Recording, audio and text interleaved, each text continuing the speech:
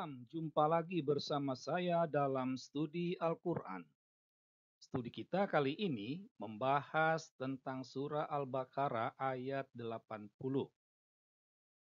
Namun sebelum kita membahas topik kita, saya mohon dukungannya untuk terlebih dahulu mengklik tombol like, subscribe, notifikasi, dan mohon video ini di-share agar semakin banyak orang mendapatkan pencerahan. Baik. Saya mengawali dari pemikiran dasar ya untuk studi kita ini ya. Nah, jadi pemikiran dasarnya ini supaya kita mendapatkan pemahaman yang sama tentang Al-Qur'an itu ya. Nah, jadi Al-Qur'an itu dilihat sebagai kumpulan wahyu Allah yang disampaikan kepada Muhammad. Umat Islam percaya hanya Muhammad seorang yang menerima wahyu Allah. Tidak ada manusia lain. Ya. Artinya, waktu itu Allah berbicara hanya dengan Muhammad. Lalu dia sampaikan wahyunya. Nah, kurang lebih seperti itu. Ya. Nah, karena Al-Qur'an itu adalah wahyu Allah, itu artinya apa yang tertulis di dalamnya itu merupakan kata-kata Allah sendiri, bukan perkataan manusia. Ya. Nah, ini. Jadi harus dipahami, apa yang tertulis dalam Al-Qur'an itu adalah kata-kata Allah Subhanahu wa taala. Nah, dan kita tahu Allah itu maha sempurna, Allah itu maha benar, ya. Hal ini yang membuat Al-Qur'an itu menjadi kitab yang sempurna, kitab yang benar, kitab yang jelas.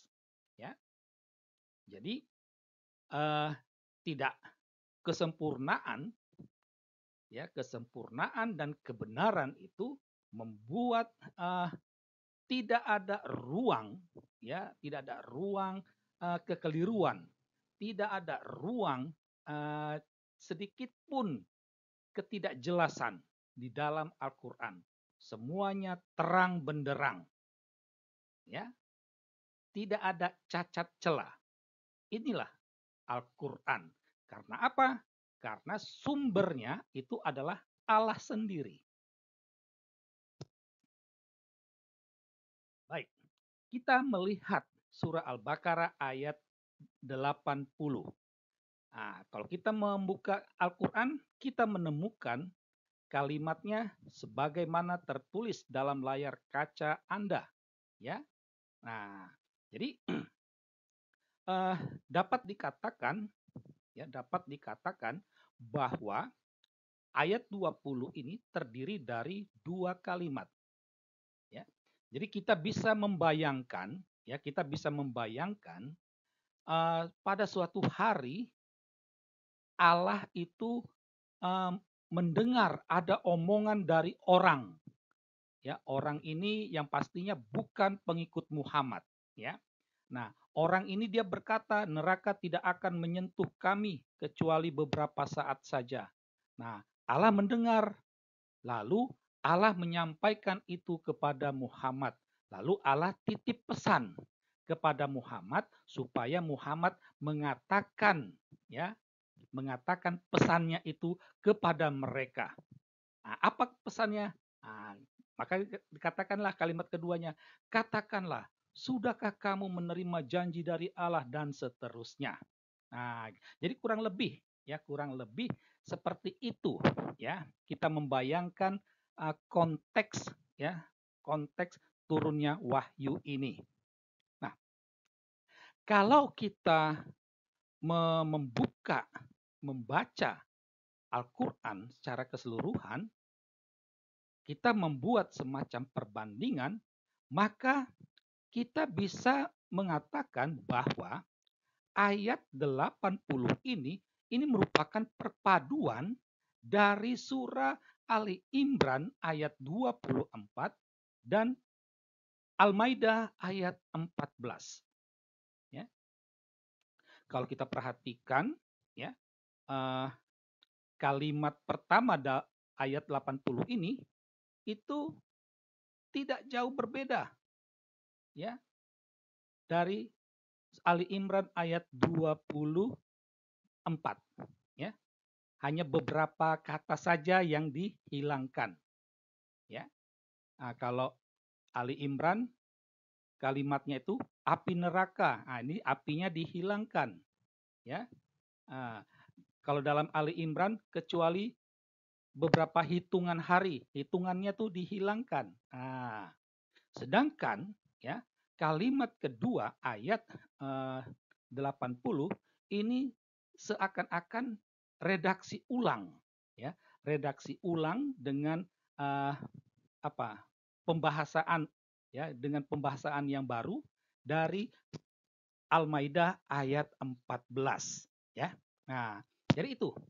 Jadi kesannya dua surah, dua ayat dijadikan satu dalam Al-Baqarah ayat 80. Gitu, ya. Tetapi kita tidak mau melihat hal tersebut, ya.